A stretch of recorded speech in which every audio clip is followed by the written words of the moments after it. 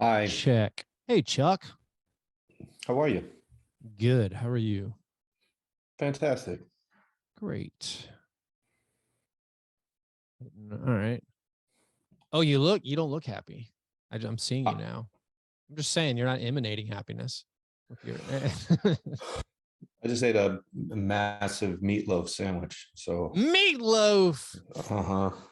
I had a meatloafy type. No, I was more of a. I'm not sure what I would call it.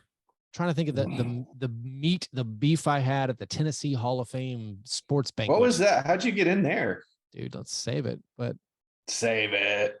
It was called like a something, but it wasn't what it was described. It felt meatloafy. It was fine. Fine banquet food. Mm-hmm. John, I muted you out of fear of your urine stream, so you have to unmute yourself.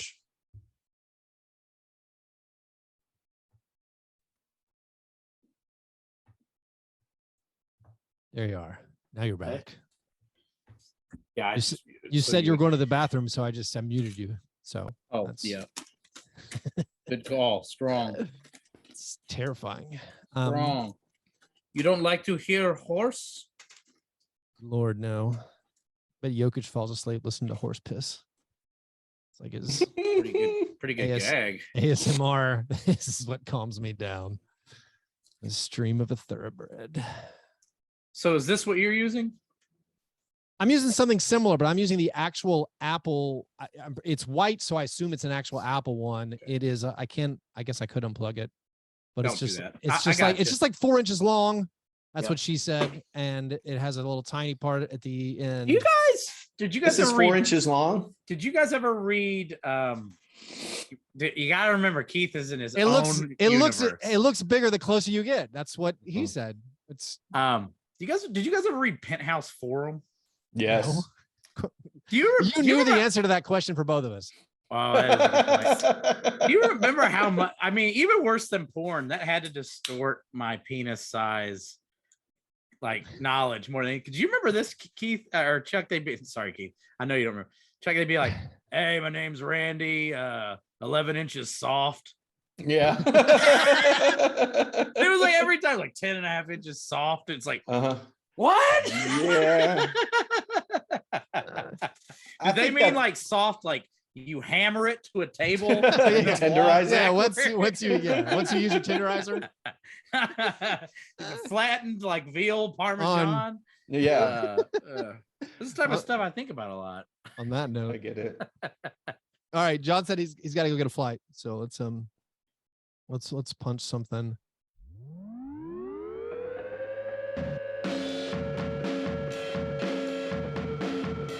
All right, and welcome to Fast Break Breakfast NBA podcast. My name is Keith Parrish. I'm here once again with my buddies through the miracle of computer phone. I'm here with Chuck Anderson. Right now. With John Burr. Guys, I have lots of hot breakfast topics and takes this morning. Wow. Ooh. Do you want to dive into the breakfast? I was going to banter and small talk about it, but if you're ready, if you're hot and ready to penetrate the topic, let's do it. Yeah. So I feel like I can do this now since Snooze hasn't actually reached out to us. Yeah. Well, so we mentioned Snooze. Let's go and throw down. We mentioned Snooze, which is a Nashville eatery, but turns out they have locations all over the Southeast and other places. I'm not promoting them because I received nothing from this. But they did reach out and they're like, "Hey, thanks through Instagram. Thanks for mentioning the place. What can we do? Is there an address?" I provided them an address. I've received nothing. Mm-hmm. It's been a while. This is not a mail slowdown. Lewis did not keep this from happening. It could have gotten. I'm sorry. Go ahead, John. We're holding Snooze ransom now because that's what we're doing.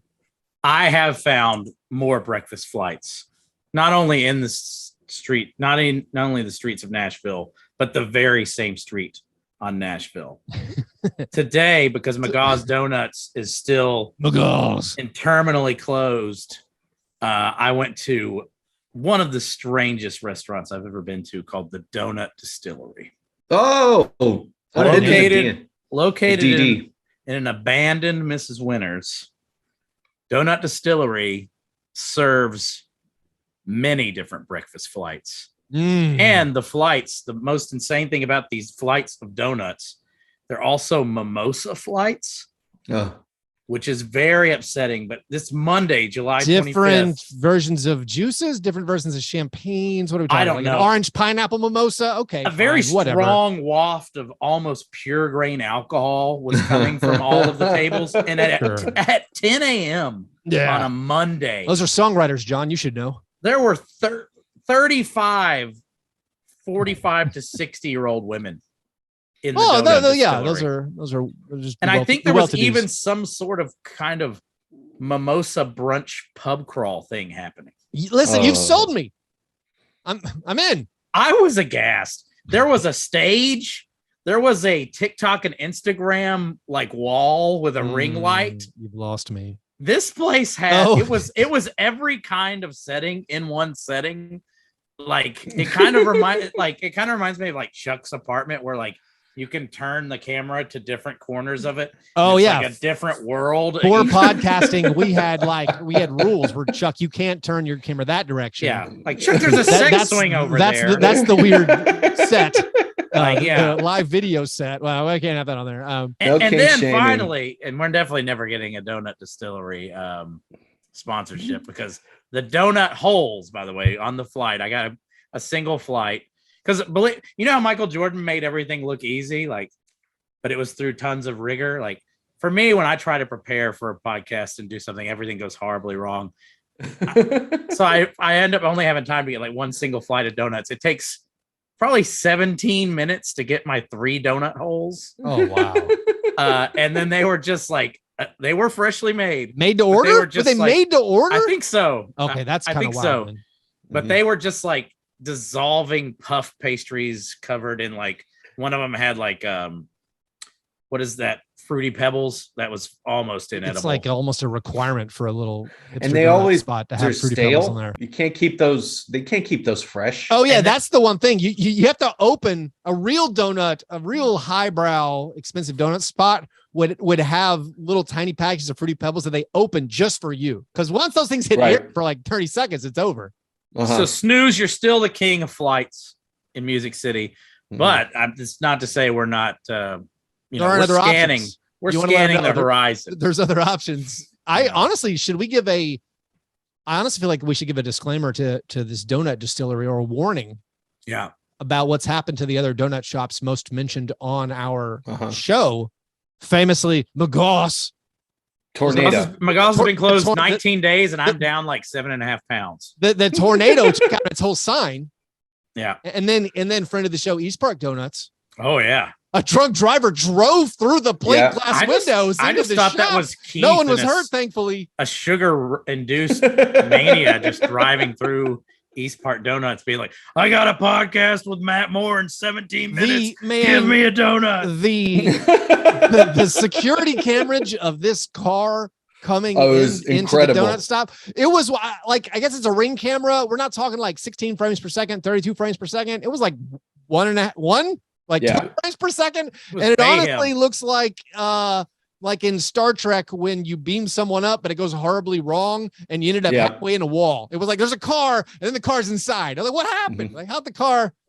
Yeah. So heads up, Donut Distillery, maybe put up a little barricade. I don't know, like the post office, those, or they have many barricades because this place also has like 6 different like mini food trucks outside of it. This business is all businesses. There is a crawfish boil in the parking lot outside while you're trying to get donuts. Man, it was really like, I had to respect the hustle, but I was also fearful of the hustle. You opened a new door of horror to me with the idea of an eatery that has a ring light for influencers. Yeah. Like that to me hadn't even comprehended it. I make jokes all the time about like one of the bad things about living in Nashville is you can't escape the music sometimes. Like you want to have a coffee and there's a singer songwriter. And it's like, dude, I know you're working, but I don't want to hear a singer songwriter. Or you're having dinner and a band starts playing. It's like, what's going on?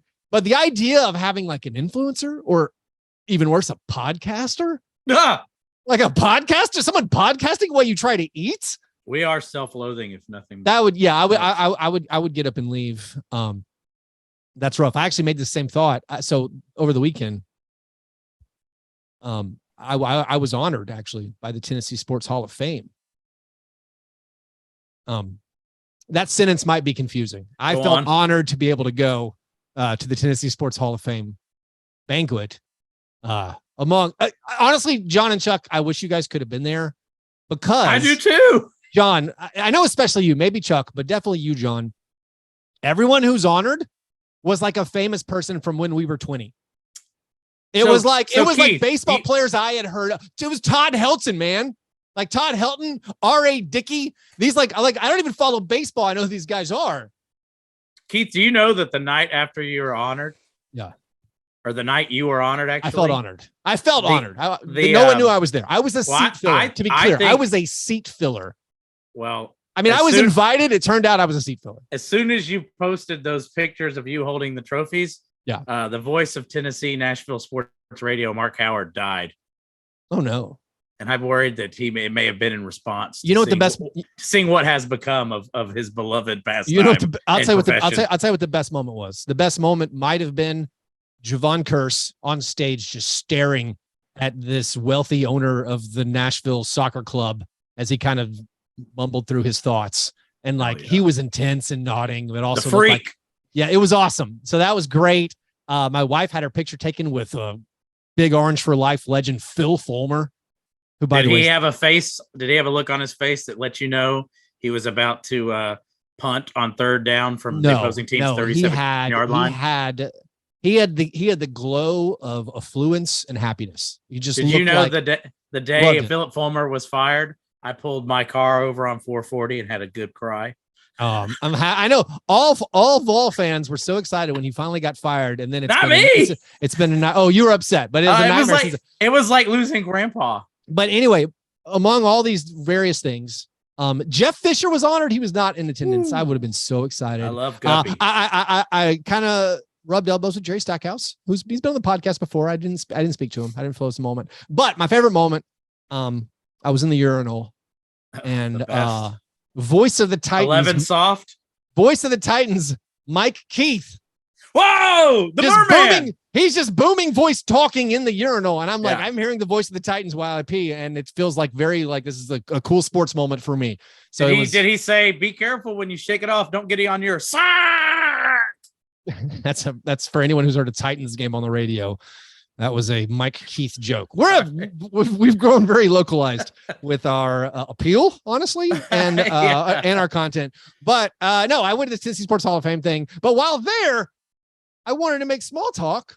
There's a band playing. I'm like, what's there? It's just I don't know. I'm a musician. I shouldn't be mad when people get gigs, but I just want to talk to people. I don't want to hear the music constantly. Anyways. You're like one of those guys who grows up and finds himself at Disneyland going like, why are there all these kids at Disneyland? That is, I don't want to cover all our topics so early in the show that aren't basketball related, but I rewatched the Lego movie with Will Ferrell. Yeah. And I saw it in a new light. I saw it as someone who actually is a grown adult, who's an old man who plays with Legos and tells his kid, hey, stop leaving them on the floor. Yeah. They're not toys. They're toys, but they're special toys. Yeah. And memorabilia. Turns out that's a verbatim line from the Lego movie. They're NFTs. They're making fun of me. Anyways, Chuck, have you had breakfast? We can do this. Chuck, you're muted. My breakfast here today. I'm in Indiana. In I didn't country. Ask. I thought you were in your house. One of those special one of the backdrops. Yeah. No. It turns out you're somewhere different. My bad. I'm currently at my girlfriend's parents' house in northern Indiana, just outside of South Bend. Can they hear you podcasting? I'm off in the corner in an office. What a nightmare. Yeah. But you're there to ask their for their daughter's hand in marriage. Is it a big step, Chuck? No, their daughter's still married. But I'm here in Amish country. There's a lot of Amish bakeries here. Oh, nice. So I ended up with a donut from Rise and Roll, which is an Amish bakery here. The greatest donut I've ever had. Bavarian cream filling with cinnamon sugar, powdered cinnamon sugar on top. And it's the greatest experience. If you're ever in Indianapolis. They have a franchise, Rise and Roll franchise. You can get them in Indy. The Bavarian cream with powdered cinnamon sugar. It's you hear that snooze? I might drive to Indianapolis to get a breakfast. Yeah, I mean, like, this is the kind of thing where, like, I brought these home for friends. I believe I gave you one once, Burr, maybe, or no, maybe it would have been another friend. Yes, you drove to my house during the pandemic, and I put it maybe in your mailbox. Yeah, it melted. It melted. So sorry. It turned into a souffle. I ate it anyways, but it was no longer a donut. It went beyond donut into cronut into some sort of meringue. I remember licking paper. Yeah, it's that kind of experience. It's like MDMA foods, like candy bars. My breakfast, I had a Cobb salad. That's weird. It's healthy. In this part of the country, we call that a ham salad. It had some bacon and chicken and eggs, and no actual ham. No ham. Its own, okay. Yeah, but no cubed ham. There was no cubed ham. It got the job done. Anyway, those were our breakfasts. After our breakfasts, we move on to our breakfast in bed apologies. This is our chance to make right what we might have gotten wrong on a previous episode. It's often the first time we actually talk about the NBA, which this show is about. Do you guys have anything that you need to apologize for from any previous episodes? So I think for like almost 7 years, I've gotten to make fun of Danny Ainge on the podcast. Yeah. And I think it's coming to a close because I think he's doing it again. He's taking he's getting the absolute most he can out of trades that really kind of probably shouldn't be happening. And I think the Storm and Mormon is going to make me eat my chuckles for a while. Well, I mean, he already built last year's finals team, the Celtics. It's all players he drafted. He walked out the door. He got the Celtics to the finals. Then he pillaged the Celtics. He got Will Hardy away from their coaching staff. I think that I have my Twitter and my watching has such a West Coast bias to it that I think I've distorted Danny Ainge's legacy, and I'm about to relearn the hard way that he's one of the better GMs of all time. And it's just kind of like, I don't know, it's a tough pill to swallow. Also, the Gobert trade, everyone's complaining like, oh, it ruined the trade market because the cost was so big. And so I guess that means that Gobert has now shut down the NBA for the second time in the last 3 years. Hey, now. And that's Hall of Fame numbers. Who else has ever done that? Big time. Very, very impressive from Rudy Gobert. I'm going to apologize. So it is the offseason. We're talking deep offseason right now. It's the first deep offseason in a while because of COVID and Rudy Gobert and things. In the offseason, this is something I like doing. It's just like something I do for my own enjoyment. Maybe one of the reasons I've gotten into basketball podcasting. I like to write down jot down the depth charts for all the teams just to figure out, like, you know what? I remember all these player transactions. I know who went where, but I just like to see it written down. I start getting excited about weird teams. Like the Pacers could be frisky. Like the Wizards, maybe not absolutely abominably bad, but there was a move, a transaction that happened that I have no memory of whatsoever. I'm going to assume I heard about it and just totally forgot. But did you guys know that Kevin Knox is on the Pistons? Yeah. And not only that, Kevin Knox signed for not the minimum. They gave him 2 years, $6 million. 2-year deal, right? I had no idea. I was so optimistic about the Pistons after the Jeremy Grant deal. And this is something I could apologize to, my optimism for the Pistons summer. Like, yes, they got Jaden Ivey. That's cool. They got Jalen Duren. That's cool. Everything else is weird.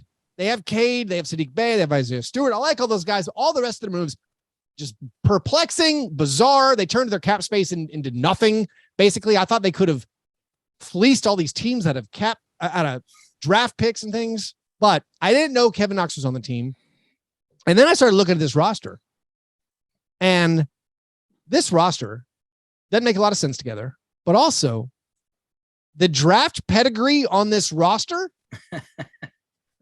process driven.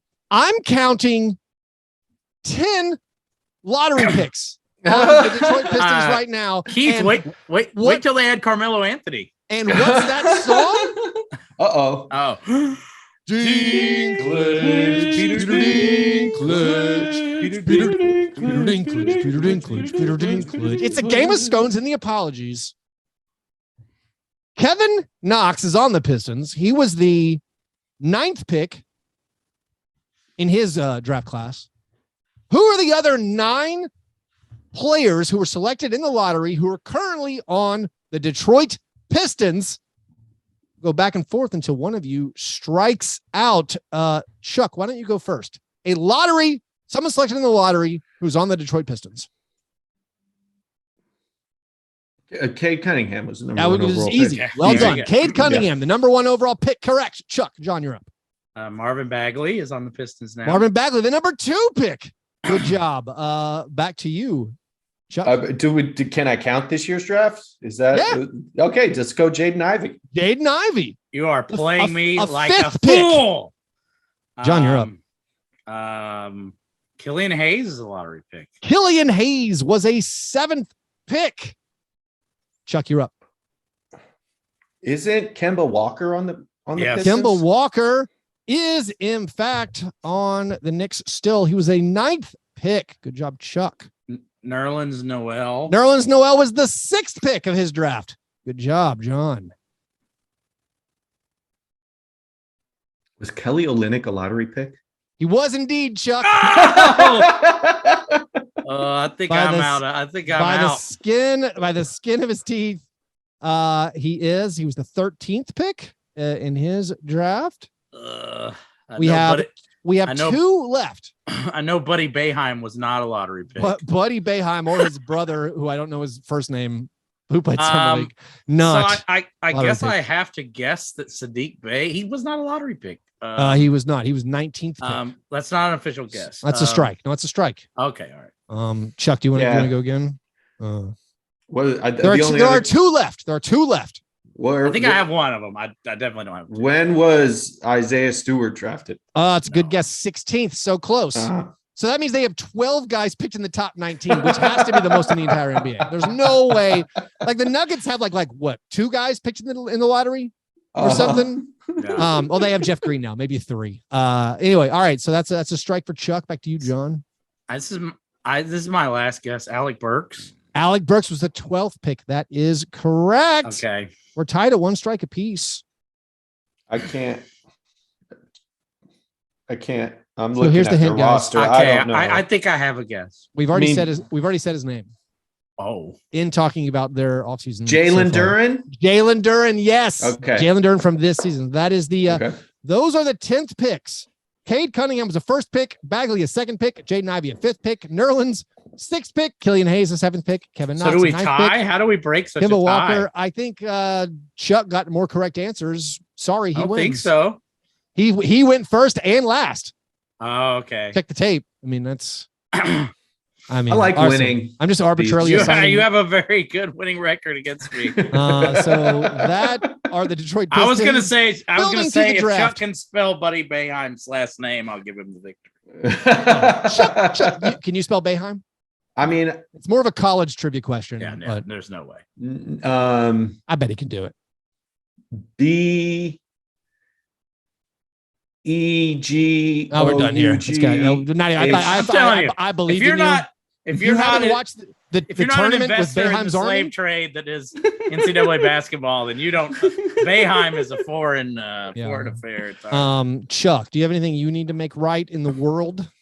I'm sorry that during the off season I kind of check out. This is a part of my Anti-Keith. wellness routine. I watch a significant amount of basketball during the regular season, and the off season, it's fun when things are happening, but right now there's nothing happening. Things are every morning. Every Monday morning, Woj and Sham wake up and they say it's our job to make news. And every Monday morning they drop new news. I don't know if we're going to talk about it because I'm not into that kind of thing usually, but right. And like, I don't want to, part of me is like, when I hear news from Woj and Shams or any insider, or I'm like, what is this really? Like, is this, there's an onion here that needs to be unpeeled. Like there was talks that, a high ranking official in the Heat organization said that they wouldn't trade Bam Adebayo, that there might've been talks, but those talks aren't real. And that makes me go, well, maybe there were talks, but were they not? And were they just trying to cover their tracks to keep Bam happy? What's going on? What's happening? And nothing makes sense. So I check out. Okay. It kind of makes sense, Chuck. I mean, I don't think it's that confusing. I mean, this is what I said. So today on Monday, we wake up to the Celtics have offered Jaylen Brown to the Nets for Kevin Durant. And then there's a pushback. And the Nets say, no, that's not enough. We countered, and then that's that. So like you said, Chuck, there already was this thing that the Heat say they have not offered Bam Adebayo. I don't know if this is a turkey baking conspiracy, but it seems blatantly obvious to me. The Nets are actually doing a great job of just sowing discontent. Yeah. Right. All they're doing is they're going through this litany of teams that matter. And every few days, Kevin Durant saying, or they're leaking, oh yeah, this team, hey, your team, by the way, you offered one of your best players for Kevin Durant. We said no. And if your team listener hasn't been mentioned yet, that means your team's not important. I'm sorry. It's true. It's just the way it is. And they're just going through them one by one. They're like, oh, the Raptors might trade Barnes or Pascal or OG. We need more. Shams, send tweet. And maybe Kevin Durant actually wants to leave the Nets, but what if he's just psychological warfare destroying every other franchise? Psyops. Every team that's good. I love it. You know what I'm waiting for? The Grizzlies have offered Jaren Jackson Jr. The Nets said no, they want more. It's going to come out. I believe. I have that much optimism. They offered Dylan Brooks, Zaire, and Jaren Jackson Jr. The Nets said no, and it's just going to be the Nets destroying every team, going one by one. We're kind of blowing our load in the apology. If we keep talking about Kevin Durant, I think we've ruined the rest of our segments. Yeah, that's all I got, really. Oh, I forgot that was the one thing you guys had to talk about. Yes, yeah, that's it. Don't worry. And there's one set of footprints. That's right. Keith has a stat sheet to carry us. I will carry it. Well, anyways, how long can we milk summer? How many weeks can we milk summer? Our can we milk summer league as long as the Ringer milk summer league, or are we almost out of time? I would hope so. I haven't even. Did I even mention Keon Ellis last week? Oh, geez. What is that? Calling all entertainers. This is a chance for John and Chuck to get their affairs in order before we hit the steak and eggs best thing. A word from our sponsor. Calling all entertainers. The Memphis Grizzlies, they're hosting entertainment team auditions for the upcoming season. They're looking for talented, charismatic individuals to join the Grizz Girls, the Claw Crew, the Grady's and Grandpas, the Blue Bunch, and more. Visit grizzlies.com, audition for all dates and details. And by the way, lock in your spot for next season and beyond with 2022-2023 Grizzlies season tickets. You can guarantee your seats to see Ja and the next gen Grizz. Secure the best seats at the lowest prices for the biggest games, starting at $11 per game. Plus, as an MVP member, you receive all the next level benefits, including special events, merchandise discounts, NBA League Pass, and more. Get your season tickets and guarantee your playoff seats now. Call 901-888-HOOP or click grizzlies.com today. The Grizzlies are presented by Orion and your Mid-South Ford dealers. Steak and eggs, best thing. What's the best thing you saw in the last week? John, what's your steak and eggs? So to stay on the Kevin Durant tip, as brutal as it may be for you to talk about it, Keith, I know that the thought of Kevin Durant joining Nikola Jokic has to get that 11 soft twitching like a rabbit's nostril, right? That's got to excite you just a little bit, right? It is pretty sweet. The idea. I don't think there's anything to it. I mean, Zach Lowe threw it out. Like, would you trade Jamal Murray? My buddy Adam Mara is on there saying, yes, he would. And good for Adam. Yeah, good for Adam stepping up and be like, yes, I would. That would be awesome. That's a slam dunk. But like, do you think Zach Lowe just throws things out into the ether like that? He never does stuff like that. I do. I think he was just kind of talking. I mean, I don't know why especially coming off an injury the way he is. But I mean, Durant and Jokic, like that is basketball, like Pacino and that's the Heat diner scene to go full Bill Simmons. It would be amazing. I mean, Jamal Murray's never made an all-star team. Yeah. And he's coming off injury. Yeah. No way he's untouchable. Also, my fear for Jokic has always been the man's going to walk away at some early age. And so if we could guarantee just 2 years of Jokic. He's not going to walk away. He's going to canter away. Yeah. He's gonna buggy away on a giant horse. Yeah. No, I did like that idea. Like if Durant has to go somewhere, I'm fine with it being to one of the cool teams, the objectively cool teams. The Nuggets, they're cool. Anything with Jokic is cool. So I'd be into that. Chuck, what's your best thing? My best thing is the internet and Giannis Antetokounmpo trying out every dad joke imaginable on Instagram. Do you guys know that in Dubai, they don't like the Flintstones, but in Abu Dhabi, they do? Oh, goat level dad joke. Pantheon. I would have tried to get the Abu Dhabi, they do. Yeah, I didn't sell it. Yeah. I think there's something. See, I'm a child of immigrants, and also been raised in South Florida with a bunch of immigrants. I think it's great when somebody's second language, they're figuring out puns. It's just beautiful. It's heartwarming and funnier, objectively funnier when Giannis tells a dad joke than when I do. For sure. Yeah. So I'm thankful, grateful for Giannis's wholesome, amazing comedy that I can share with people who aren't even basketball fans. That Abu Dhabi, they do. Well, that's pretty good. Genius. It's genius. So shout out Giannis for making the off season a little more fun and making me chuckle. It's great. Shout out Giannis. He is the best. He is. If Kevin Durant went and played with Giannis, that would be cool too. I'm sorry, it would be. It would be kind of amazing. They're both awesome. They're both incredible. And I don't really care about like the whole if he goes to another team thing, because it just gives me another team to root against. And God knows I love to root against things. So let's go. My best thing, this is some part of me like coming up with my offseason like weird depth charts. This is like news that kind of just randomly spilled out during summer league that I thought was just absurd. It was just patently absurd news. And it's coaches in the deep offseason announcing starters where I was shocked at the names they said. There are two examples.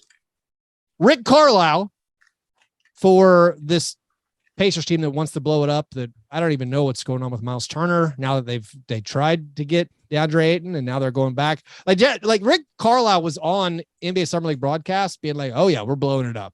And it's just like, all right, cool. Like what are you doing with the players you have that are like Miles Turner or Buddy Hield? But there is a player we know what they're doing with.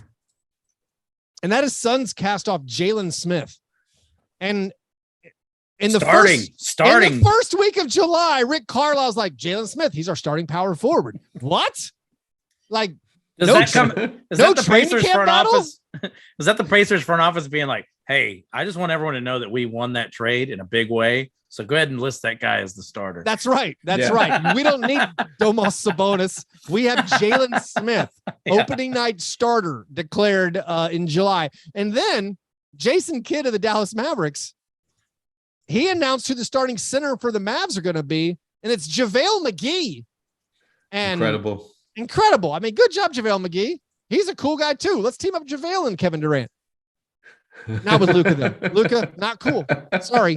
But like, you look at the Mavericks roster, and they're trying to make it to get to the Western Conference Finals again, and you think, all right, you got Maxi Kleber, he's pretty good. You traded for Christian Wood, like that might be a center, maybe power forward, but like JaVale McGee's your answer? Like, we already know this before training camps get together. And maybe it's just like Woj and Shams, these coaches are just stirring the content pot. They're like, you know what? Let's give the Mavericks podcast or something to talk about. Let's just say JaVale McGee's our starting center. Let's make this offseason signing 3 years with a player option. Make it seem a little more logical. I mean, have the Pistons announced that Marvin Bagley, 3 years, $37 million, the second overall pick of right ahead of Luka? Kenny Lofton Jr. starter. Oh man. I think the Grizzlies are next, man. We don't have Jaren. Announce who our opening night starter is. Hell yeah. I think we're unaware of some of the things that have improved in front offices and management. The NBA is all about analytics, and I think that extends out now to clickbait. Like they want they want people clicking because that they can show to an owner who sits in a gold-plated castle, hey, look, people like us. We're doing our job. Don't fire me because my job is important, because look how many clicks we got when we leaked something that wasn't true. So clickbait, I think, is universally, I think it's bad. I don't like it. It's a bad part about what we do. But there's also times that you just have to, I have a line where I'm like, you know what? If the newsbreakers do something, I'll reply to it just for the exposure. Yeah, it's good. But the league, the NBA itself, I believe, did clickbait. They did engagement bait yesterday on Sunday. I think it was Karl Malone's birthday. If you wander onto social media, those are big. If you wander onto social media and decide to do a big post honoring Karl Malone, you know what's coming. And it got a lot of replies. And so does the NBA social media manager. Does it say, man, look at the engagement. Look at the engagement. It's like all engagement is good engagement. All kind of hell up they butt. It's kind of the opposite of people not taking a full court shot at a buzzer beater. Oh yeah, you're maintaining. You need to, anytime you see Karl Malone, you post the last time blackface was acceptable in America, which is Jimmy Kimmel's Karl Malone impression. You post that video every time to let America know how recently you were allowed to be in blackface. Wasn't that long ago? That long ago. Those are our steak and eggs best thing. The opposite of our steak and eggs best thing is our cream of wheat worst thing. If you guys need me to carry this, I got a lot of worse. But what are some of your worst things from the last week? Chuck, what's your worst thing? My worst thing is KD, and now he's going to play with a team that he lost to again. Oh, what kind Celtics. of nonsense would that be? What kind of legacy? Not doing it. They're just destroying these teams, man. They're cracking away at the foundations of these teams. The Jalen one does seem like the smartest for the Nets, though, right? Yeah. How would the Nets not do that? Yeah. I mean, there's reset the timeline 10 years younger. Come on, that's it. Do it. You're ready to go. But you already got a response. Jaylen Brown tweeted about it. He's did what did he say? Just an SMH or something, you already upset Jaylen Brown. Mission accomplished. Name your next team. News leaks. Okay, so let's go through some more teams and see what is the most havoc that can be created by naming. Okay. Yeah. Okay, we talked about the Pistons. Let's go with the Pistons. What's the most hurtful person they can name? The Pistons don't even matter. They don't matter. You could say. They want to destroy and they want to destroy competitors. The competitors during Durant's Chris Middleton. Sixers. Oh, Chris Middleton's Chris Middleton. That's because he's important and he matters. It's hard to imagine the Bucks doing it because I think the Bucks are so good. But you could imagine what if they came out with the Bucks reached out and actually offered Chris Middleton and Drew Holiday and a collection of picks beyond. They have to start 2029 because I guess the Pelicans own all their picks. I think more like the Sixers. The Sixers one where it's you throw out Maxey. You said, hey, we offered Maxey, Tobias, and Harden, and we're trying to unload Tobias, but Tobias honestly was the deal breaker. Yeah, you put that out there on him. Here's what you do, man. You say Golden State, you go to Golden State and be like, Golden State offered us Draymond and we laughed him out of the room. Right. Right. A package of Wiggins and Draymond was deemed offensive. Yeah. This is what you just go through and systematically destroy them all. I think Lakers straight up offered us LeBron and we said, nah. I'll tell you, the Lakers thing, this could be my worst thing. When we talk about all these Lakers, these rumors floating out with a Lakers and Pacers swap, I don't understand it. And it makes me confused. And I don't like that feeling. When there's a thing where the Lakers apparently offered 1 first-round pick and Russell Westbrook for Miles Turner and Buddy Hield, I'm like, why did you only offer 1? That's a non-serious trade offer. And then I find out they could offer 2 first-round picks and get it done. and they can turn Russell Westbrook into Buddy Hield and Miles Turner. And I'm like, well, that's a slam dunk. That's an obvious trade that the Lakers should do to salvage the final years of LeBron James. And the fact that it hasn't happened makes me feel lost. It makes me feel like I'm adrift. I'm a casual in this NBA basketball world. I guess I get it because, like, why do you want to spend assets on two guys that every other team in the league has refused to spend assets on, even if it's just to get Russell Westbrook guy? I think, like, we've talked about Miles Turner a lot and John Collins a lot. Yeah. And I think Buddy Hield is definitely in that zone. These are players that, like, are sexy to us, but I think that teams are like, no, these guys are a dime a dozen, these types of players, and this is not assets to us, you know. Right. And I knew you would help me, John, because you've always been like, but Buddy Hield is not a guy I want. And I'm like, well, Buddy Hield's just, I've watched too much and he's just really bad. I see the Lakers. Yeah. And I see the horrible players that are around LeBron James and Anthony Davis. And I see Buddy Hield, who could put the ball in the basket. He can score 25 points per game if he needs to. He just a shooter. And whatever the weird baggage is, it's like, surely you could make that work. And it seems like a breath of fresh air. It seems like you would reinvigorate this Lakers franchise, which is teetering, which in my mind is like barely 500 with their current iteration. And it's like, this gives them a chance. But like you say, the fact that no one wants these players, like a year ago, I feel like any team is like, would you trade top 10 protected picks for Miles Turner? And I thought most teams should probably do that. I mean, the guy led the NBA in block shots. He's a rim protector. He's not truly a spacer, but he can stand on the perimeter at least and knock down some threes. And I think it has to do with the amount you have to invest. Yeah. So I guess his deal's up after next year, but what do you pay him? But also, like for the Lakers, it seems like, what else are you going to do? It seems like you've been offered a life raft of these competent players, but maybe just my idiot basketball blogger brain overvalues these guys for their stats, and it seems like no other team wants them either. So, well, it's also we've definitely had Westbrook being the cancer of all cancers pounded into our brains for so long. It almost seems like to get anything of substance for a return, you would want to do it. But I do think the Lakers have to at some point have to stop throwing out bad money after good. Like, it has to end. I mean, maybe have to ride this out at some point. Maybe the Lakers are waiting on, they think it'll be a better option to, like, if a Kyrie deal is on the table, where that's my biggest nightmare. It would if you get a reinvigorated Kyrie and get rid of Westbrook, that they probably are looking at odds to be a number one seed in the West with Kyrie. Maybe. I mean, again, it's risky. It's volatile. Like, how many games are LeBron, AD, and Kyrie theoretically playing how together? Many games would they all play at the same time? Yes. Yeah.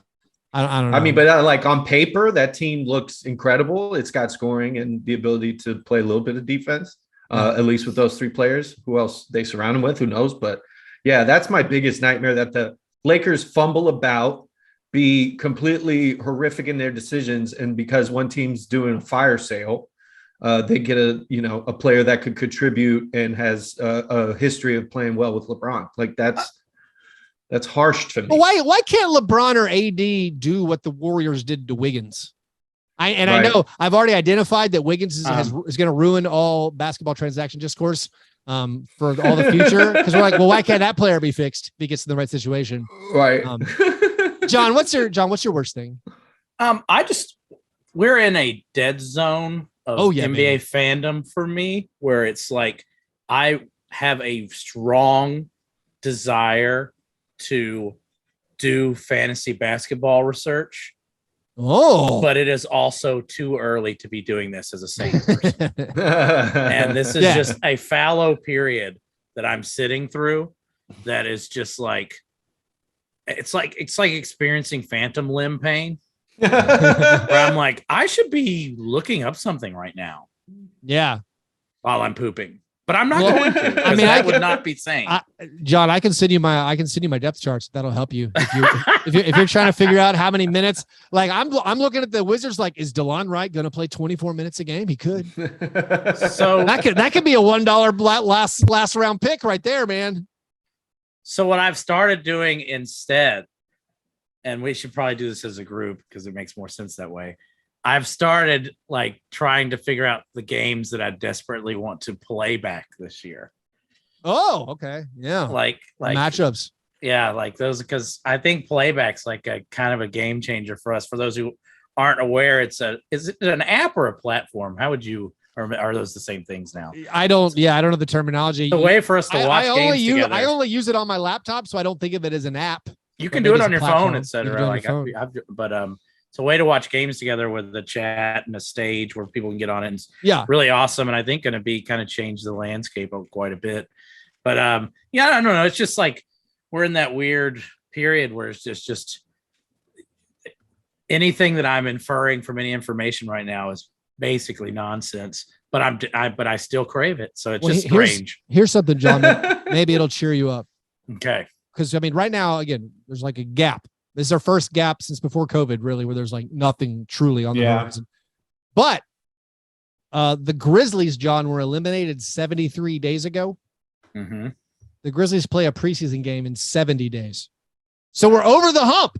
We're over the hump. We're like headed downhill.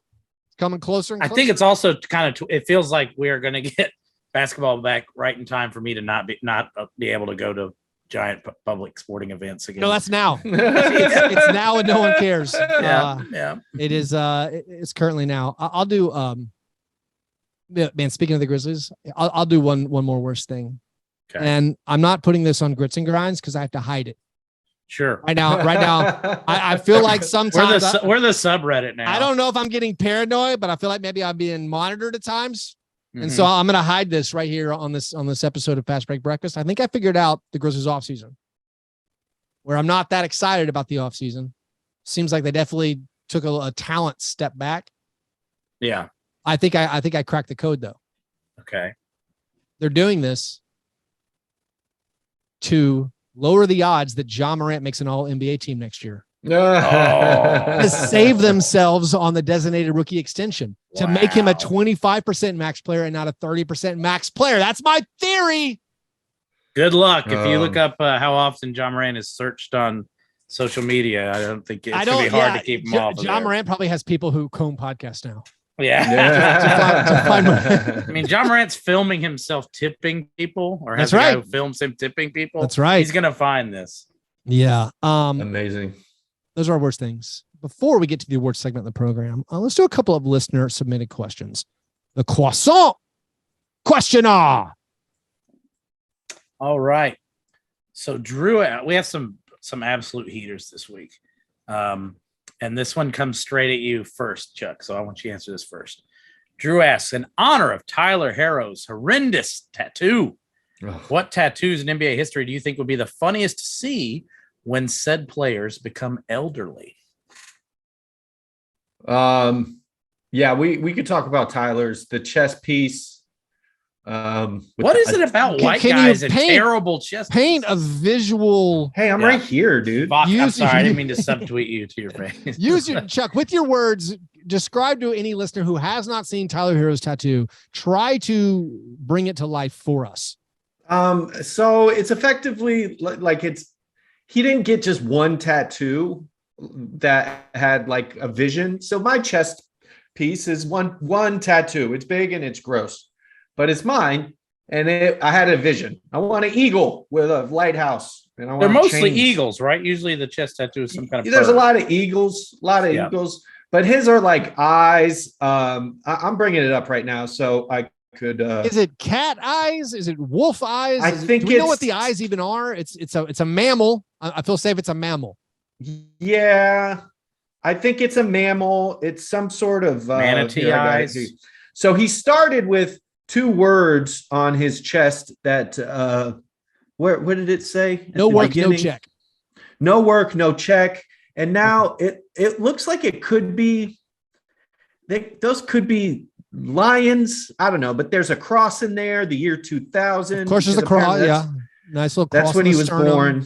Yeah, but it's black and white, but also red. No work, no check is red. Is this not fair to judge this tattoo right now because it's a work in progress? We're just seeing one little corner of the reveal.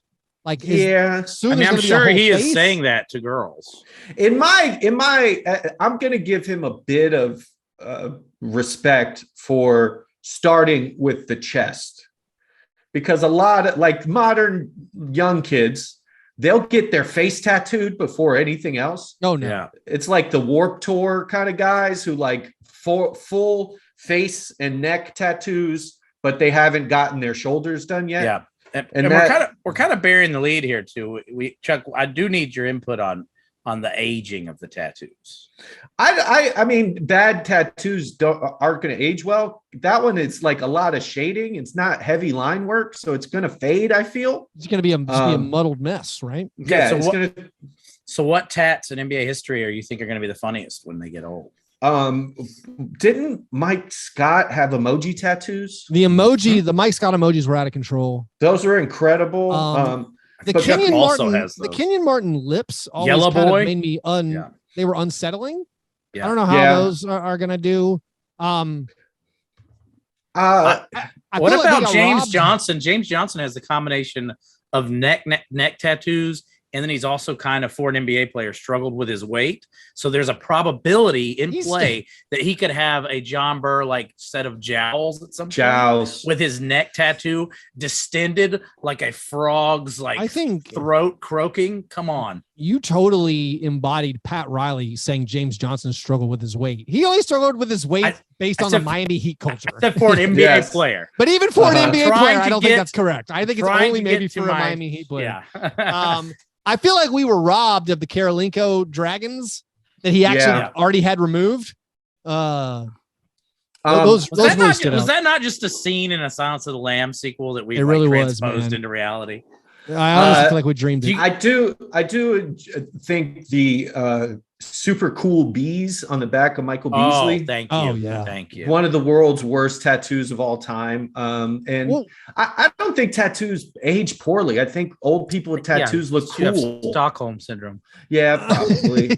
What about Birdman? Like, people are saying Birdman. We saw Birdman at Summer League with like the head tattoo, and he looks great. I thought he looked amazing. I thought it looked amazing. Just incredible. I think like he's like young. The older you get. So here's where I'm at. The blood of the young. I don't have any tattoos. I keep getting very interested in these 6-month tattoo stickers you can put on. But like my view on tattoos and aging is the older I get, the more I want my skin to be covered. Right. Yeah. Okay. I'm honestly like, I don't care if the tattoo ages badly. I age badly. My skin ages badly as it is. I feel like I should just be covering that up. We all should be covering that up. Chuck, are you getting yours redone? My girlfriend is starting to get hers redone. Oh yeah, I've covered up 2 of my tattoos. Yeah. But yeah, you can touch them up and have color put back in because things fade with time. But I haven't had any. I've just had mistakes. Fades covered up instead of taking the ones I have. And do you still have your ex-wife on your love handle, or has she been covered up with like Bam Adebayo's? No. And I had a small surgery that required that tattoo to be cut into. And poetry. If you look at it, you can see the scar that kind of goes where her chest is. By the way, Chuck is showing us his tattoo belly now. You got to go on YouTube now for there's like a Chuck belly tattoo reveal. If you want to see Chuck's wife's nipples. Yeah. Also, there's a boob that a mole has arrived on it, so it looks like a nipple. Oh, I just thought that was a nipple for all these years. No, it isn't. It's just a wow. That's perfect. That's an incredible reveal. Well, what's John? What's the next question? Sorry, I cannot possibly answer any more questions. Okay, Magnus, king of the questions, asks: is Taco Fall's free throw form the most intriguing free throw form we've seen in recent history? What exactly is going on? What are your favorite free throw forms throughout NBA history? If you haven't seen the Taco Fall free throw form, I mean, obviously Taco Fall is huge. He's 7'4" or something. His form now, it's seemingly like he kind of tosses the ball in the air and then recatches it and pushes it in one motion.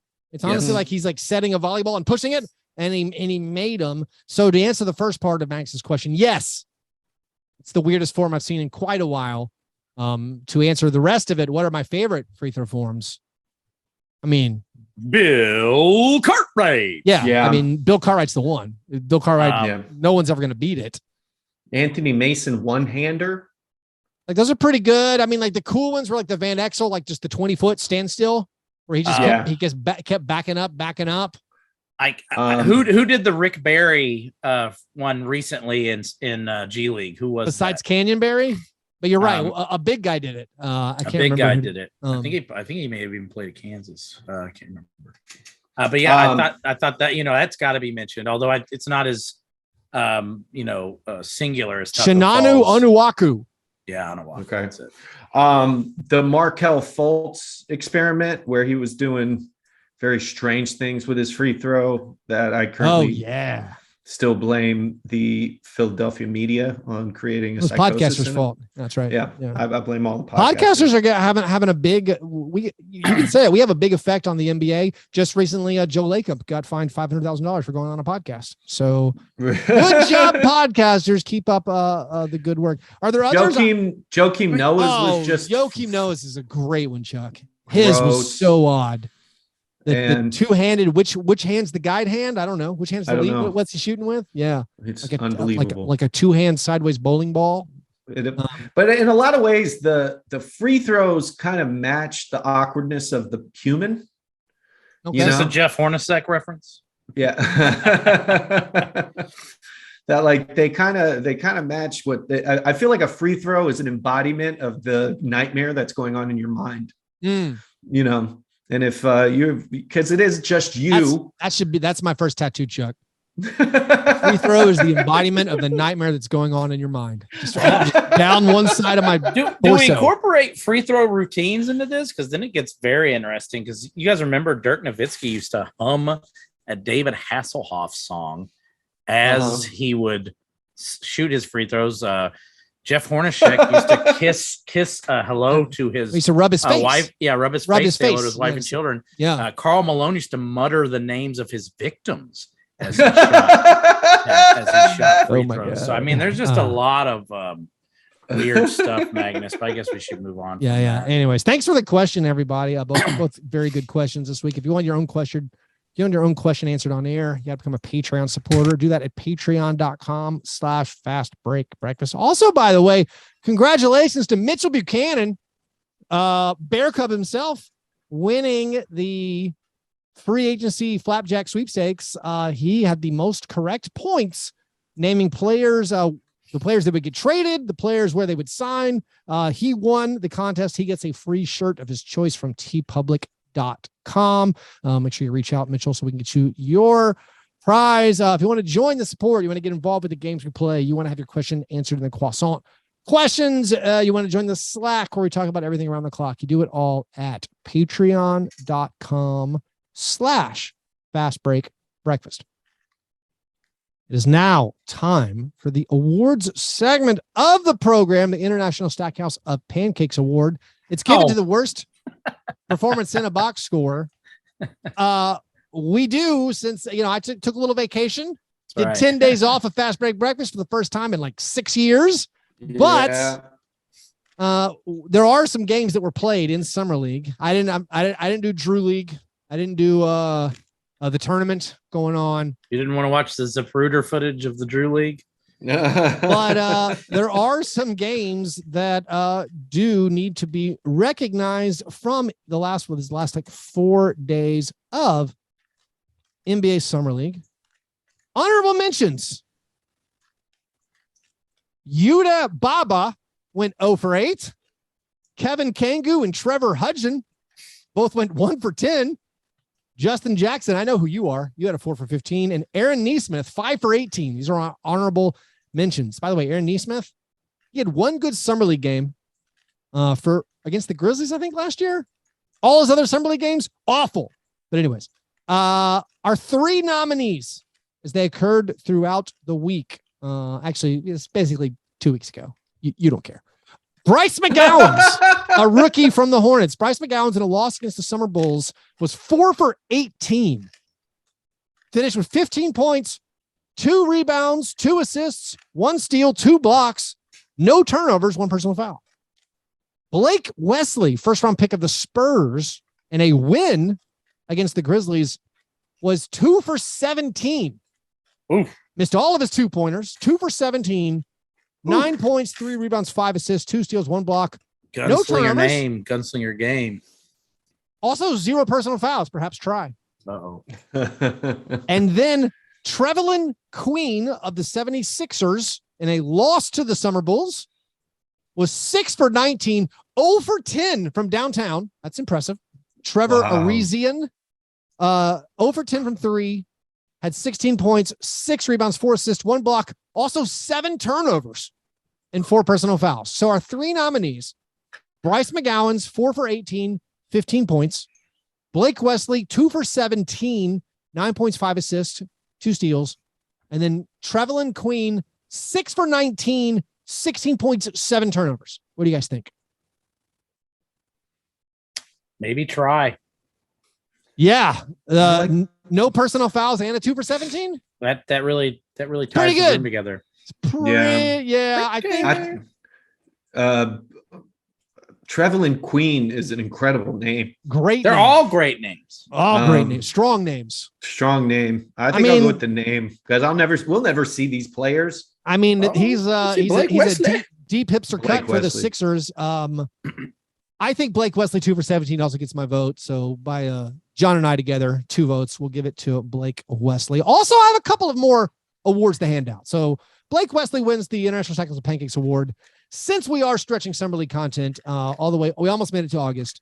There are a few performances for, I think, total performances for Summer League that just in this section of the show deserve mention for how poor they were. Maybe these are our own Stackhouse of Pancakes all Summer League teams. First of all, I think we got to mention Sharif Cooper. Sharif Cooper, who signed another 2-way contract with the Hawks. He shot 19% for all of Summer League in not insignificant margin, not insignificant sample size. He 19%, which is honestly hard to do. New Jazz man Leandro Balmero, who, by the way, if you remember, he's a guy who, like, let's say a month ago, I was like, I have no idea what this guy looks like. I'm gonna watch all of his field goal attempts. He was on the Wolves. I'm like, I don't know what this guy looks like. I'm gonna watch all his field goal attempts on stats.nba.com. And I watched all his field goal attempts, and I was like, this guy's terrible. So I went on our Slack into the Timberwolves channel of our Slack. I'm like, is this guy terrible? They're like, yeah, he's terrible. Anyway, still terrible in Summer League. He was 31% from the field on 63 attempts. Trevor Keels of the Knicks shot 25% for Summer League, 3 for 20 from downtown. Aaron Nesmith, 10 for 37, 27% for Summer League. And then Peyton Watson, as he'll round it out for, he's a rookie for the Nuggets, was 18 for 57, 31.6% from the field in Summer League. So in case you never hear your name mentioned on this show again, I thought we'd throw those out. Anyways, par fadeaway, gentlemen. What things are we looking forward to in the coming? It doesn't have to be the week. Listen, 70 days till the Grizzlies preseason game.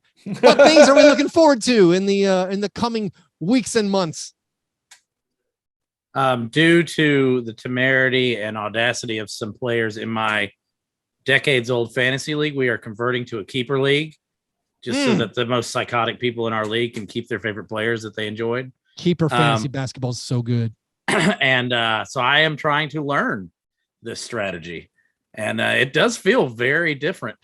And I'm looking forward to plumbing the depths of keeper fantasy podcast and the like. It's going to be a lot of. I have a lot of traveling coming up, so there's going to be a lot of, I guess, Australian accents talking about Torrey Craig in my ears for the next few weeks. Shout out Josh Lloyd, Locked On Fantasy Basketball. Yeah, I really enjoy. You're really in the fantasy mode, John. I like it. It's I mean, it's the straw that stirs the drink for me. Or if I'm not betting vast sums of money some ways, I'll do it some other way. Yeah. Chuck, what are you looking forward to? I'm looking forward to my Miami Heat and answering some questions about their lineup. We're in a holding pattern because we don't know. I think they're big game hunting for a Durant or a Donovan Mitchell. But right now we have a glaring PJ Tucker-sized hole at power forward. I don't know what we're going to do. Caleb Martin can't play power forward. He's too light in the butt. And I don't know what's going on. It's just going to be. Can we end the show with it's too light in the butt? I love the Sixers pillaging PJ Tucker, much like the Heat pillaged PJ Tucker from the Bucks. Teams should do this. You're actively making your opponent worse by taking one of their players. Also, that's like another disappointment of a team like the Pistons. Where's your competitive spirit? You have cap space. Make the Heat pay more for Caleb Martin. Like, why just let the Heat retain Caleb Martin without making it hurt a little bit? Be competitive, man. Like, no one does that anymore. No one goes out and, like, good job, Indiana Pacers, throwing down that offer sheet on DeAndre Ayton. Everybody else, come on, let's have some gamesmanship here. Make the people spend their money. It's like talking to fantasy basketball. It's driving up the auction price. They know I'm going to get Melton. They made me pay $7 for Melton. That's just rude. Like, that's the gamesmanship. I'm looking forward to. Maybe I'm not. Jerseys keep getting released, like new little what the new jerseys are. I'm not really looking forward to what's been leaked from my favorite team, but I've seen some that just keep coming out, and I've decided this is an actual pet peeve of mine, and maybe it's just I'm stuck in my ways. Old man yells at cloud. I don't like any of the jerseys that don't have the team name or the city name. The Spurs have some cool jerseys. They had some awesome jerseys last year.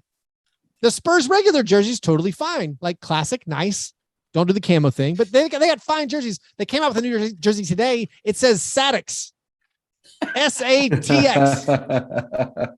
Like, I can't do this. Is it an airport thing? Like, I can't do like the Kings with sack. You have sack on your chest. It says sack on your chest. We talk about the PHX. The Suns can't even say it. Like, what are we doing? Satix. Like, you have cool jerseys. Just put Spurs on there. What's wrong with Spurs? I don't know. That's Keith's latest pet peeve. Tune in next week for another edition of Old Man Yells at Cloud. Oh, by the way, shout out Kai Jones, 1 for 16 from 3 in summer league. That's the guy everybody was excited about LaMelo throwing lobs to. Hey, right? He was 75% from 2. I'll take it. There you go. 75% from 2. What is that? 7 from 3? Yeah, I'll take it. It's fine. Also, Kareem Jallo, 1 for 14 at Summer League. Good job, buddy. Good job. That's the show, ladies and gentlemen. Thanks for tuning in with us.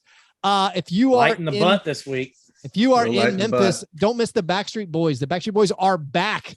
Their DNA World Tour is coming to the FedEx Forum on Friday, September 9th.